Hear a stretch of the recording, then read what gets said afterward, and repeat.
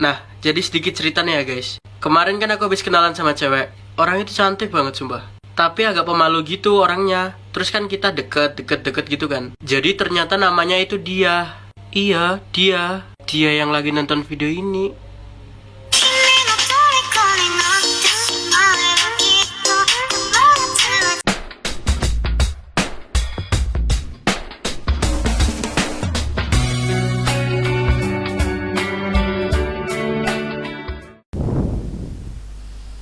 Assalamualaikum warahmatullahi wabarakatuh. Ketemu lagi dengan guru kita. Siapa? Pak Eka. Bagaimana keadaan kita hari ini? Baik-baik saja bukan? Alhamdulillah. Walaupun baik-baik, kita harus tetap jaga kesehatan karena sekarang masanya adalah pandemi COVID-19, maka protokol kesehatan harus kita perhatikan. Selanjutnya, salam rindu padamu selalu. Semoga sukses selalu menyertai kalian. Amin. Baiklah, kita lanjutkan pelajaran pertemuan yang lalu. Kita masih dalam bab 1, yaitu teks laporan percobaan. Sekarang materi kita adalah menelaah struktur, sistematika, dan kaidah kebahasaan teks laporan percobaan. Apa tujuan pembelajaran hari ini? Tujuan pembelajaran hari ini yaitu setelah pembelajaran ini diharapkan kalian dapat 1. Menjelaskan struktur teks laporan percobaan. Nanti saya jelaskan tentang struktur teks laporan percobaan, kalian jelaskan. Ya, kalau hafal lebih baik. Kemudian menjelaskan sistematika teks laporan percobaan. Yang ketiga, bisa menyebutkan atau menjelaskan kaidah kebahasaan teks laporan percobaan. Bagaimana? Sudah jelas? Kalau sudah jelas, kita lanjut.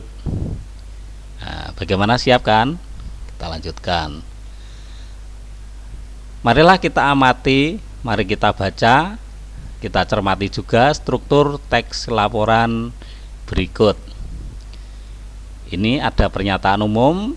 Venus adalah planet dalam sistem tata surya kita. Di bawahnya ada uraian. Uraiannya adalah Venus sama besarnya dengan bumi. Venus adalah planet. Warnanya oranye kekuningan dengan beberapa kehitaman. Walaupun kehitaman ini bukan pano, ini memang ciri khas planet Venus. Venus merupakan planet kedua dari matahari antara Merkurius dan bumi. Venus mengedari matahari selama 235 hari bumi. Venus berotasi sekali setiap 244 hari bumi. Venus sangat tua dan berbatu. Langitnya oranye dengan kilatan cahaya petir. Kita amati juga teks kedua, yaitu kelelawar. Pernyataan umum, kelelawar merupakan mamalia. Kelelawar satu-satunya mamalia yang dapat terbang. Ada lebih dari 1000 jenis kelelawar seperti kelelawar vampir, kelelawar telinganya panjang,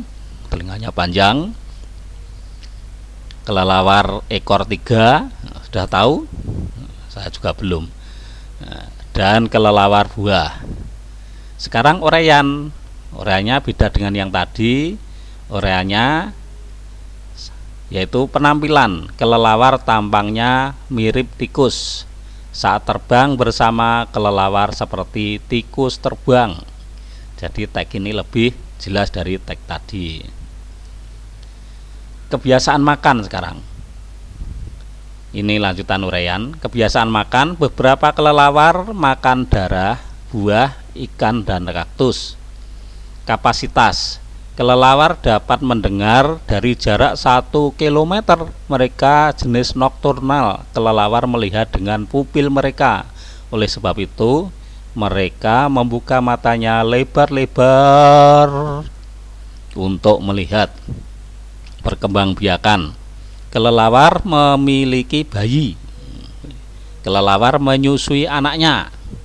Selama setahun, kelelawar memiliki 3 bayi. Nah, kita juga amati lagi nih. Kita baca, kita cermati struktur teks laporan berikut yang lebih lengkap lagi nih. Ini lebih lengkap dari yang tadi. Yang kedua tadi lebih jelas, ini lebih lengkap. Yaitu tentang rantai makanan di Antartika. Pernyataan umum, semua kehidupan di Antartika adalah di dalam laut. Nah, di kedalaman Laut Biru ada jaringan makanan. Pertama ada plankton, fitoplankton. Kemudian 2 bentuk kehidupan. 2 bentuk kehidupan yang sangat kecil, mikroskopik, dan diatom di dasar rantai makanan, dan seterusnya. Kalian baca ya, di buku paketmu ada itu.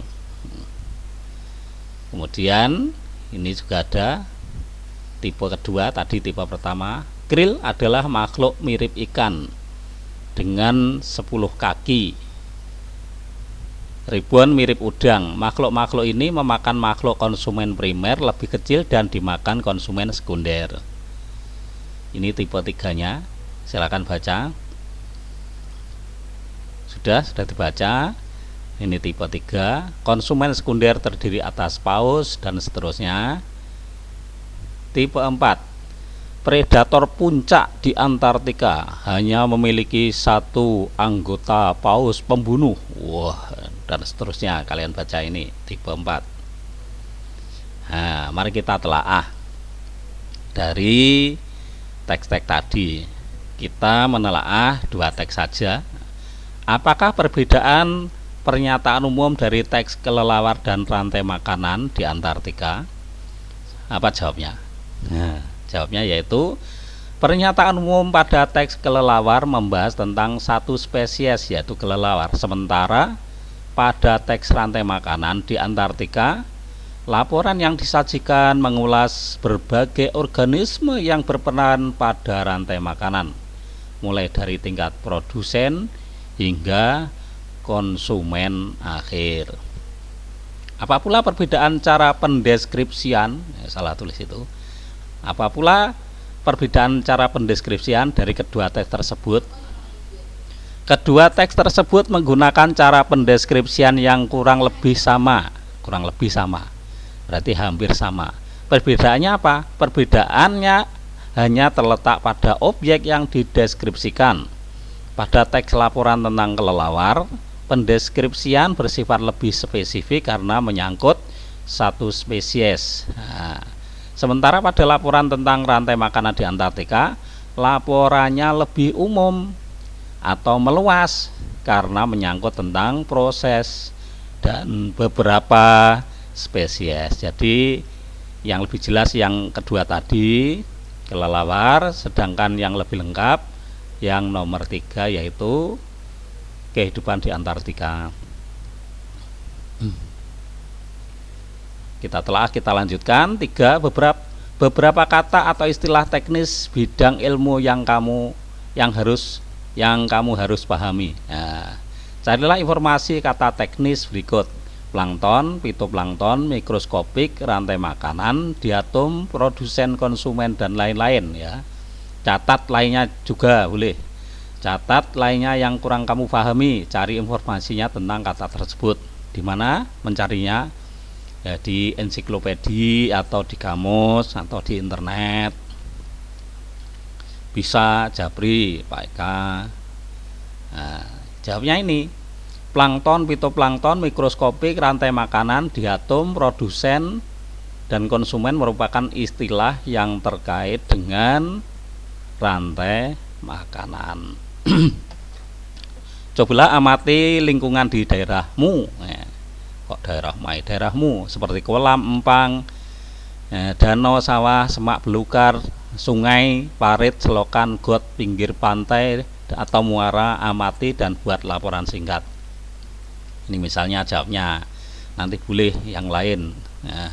Di depan rumahku terdapat selokan kecil. Selokan itu biasanya bersih sepanjang tahun. Hal ini karena di masyarakat lingkungan kami tidak pernah membuang sampah ke selokan. Sesekali air selokan terlihat kotor, namun ini biasanya terjadi ketika sedang banjir. Di selokan depan rumah kami juga kerap muncul ikan-ikan kecil yang berenang hilir mudik ke sana kemari. Memang bukan ikan yang berukuran besar, tapi bagi kami melihat ikan di selokan sudah cukup menyenangkan. Nah, baiklah, dari teks-teks tadi kita bisa menyimpulkan tentang struktur teks laporan percobaan. Nah, kita simpulkan bahwa strukturnya yang pertama adalah yang umum, berisi klasifikasi,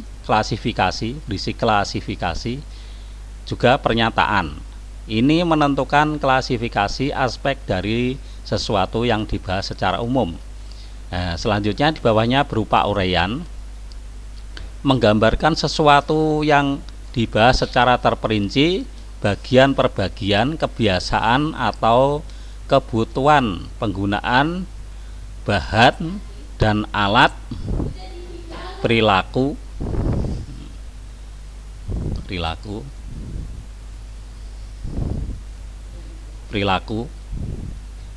yang berkaitan dengan hal khusus.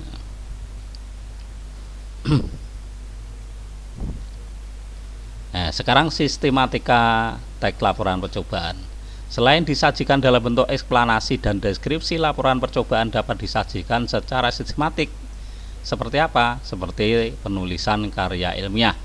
Sistematika laporan percobaan itu sebagai berikut. 1 judul, 2 objek, 3 pelaku percobaan, 4 tempat dan waktu percobaan, 5 tujuan, 6 bahan atau alat, 7 langkah, 8 hasil laporan percobaan, 9 simpulan, 10 daftar pustaka. Tidak kelihatan, saya minggir dulu. Tetap tidak kelihatan, daftar pustaka. Sekarang kaidah kebahasaan teks laporan percobaan. 1. Memperkenalkan aspek umum atau kelompok atau generik. Yang kedua, menggunakan kata tugas, hubungan logis, misalnya ketika, maka, dan seterusnya. 3. Kata tugas gunakan untuk menjaga tulisan koheren, tetap nyambung. Yang keempat, menggunakan kalimat aktif. Yang kelima, menggunakan kata kerja aktif untuk menggambarkan proses dan aksi. Yang keenam, menggunakan kata serapan atau istilah khusus sesuai bidang ilmu yang berkaitan dengan objek yang diamati. 7. Tidak ada urutan waktu, yang ada urutan kegiatan. 8. Menggunakan kata benda dan frasa benda dibandingkan kata ganti orang. 9. Biasanya disertai dengan foto, diagram atau tabel untuk memperkuat hasil pengamatan. Ini tugas 1. Ya sudah, dulu sudah tugas, tidak usah takut. Jelaskan tentang A. Struktur teks laporan percobaan, B. Sistematika teks laporan percobaan. Nanti gambar boleh, ditulis gitu aja boleh. C. Jelaskan 9 kaidah kebahasaan teks laporan percobaan. Itu aja ya, sudah jelas ya. Tugas yang kedua, ini halaman 23 nanti. Apakah perbedaan pernyataan umum dari teks kelelawar dan rantai makanan di Antartika? 2. Apa pula perbedaan cara pendeskripsian dari kedua teks tersebut? 3. Beberapa kata atau istilah teknis bidang ilmu yang kamu harus pahami. Carilah informasi kata teknis berikut: plankton, fitoplankton, mikroskopik, rantai makanan, diatom, produsen, konsumen, dan lain-lain. Catat lainnya yang kurang kamu pahami, cari informasinya tentang kata tersebut. Coba amati lingkungan di daerahmu seperti kolam, empang, danau, sawah, semak belukar, sungai, parit, selokan, got, pinggir pantai, atau muara, amati dan buat laporan singkat seperti tadi ya. Nah, tugas selanjutnya berikan pernyataan umum dari kata-kata berikut. Ini pernyataan umumnya, ini titik-titik itu diisi ya, diisi. Kemudian ini pernyataan umumnya apa, diisi. Ini padi, belalang, katak, kadal, burung, gelatik, tikus, ular dan elang, pernyataan umumnya diisi. Nah, pilihlah pernyataan berikut untuk menjawab tugas nomor 3 tadi. Ini udah, silakan baca. Udah jelas, bisa bacakan. Nah, tugas keempat, isilah titik-titik berikut dengan kata tugas dengan memilih kata dalam kurung yang tepat. Dalam kurung itu yang terakhir itu yang warnanya merah. Udah, titik-titiknya diisi ya, dengan kata tugas. Ini juga ada titik-titik ya, diisi dengan kalimat tugas. Tidak terasa sekarang habis ya. Alhamdulillah, kita tidak usah lama-lama belajar, tapi yang penting sukses. Bagaimana? Setuju? Saya juga senang. Semoga kalian sukses selalu. Nah, dan kerjakan tugas ini di folio. Nanti biasanya akhir bulan kalau ada pengumuman, silakan segera dikumpulkan. Udah dulu ya.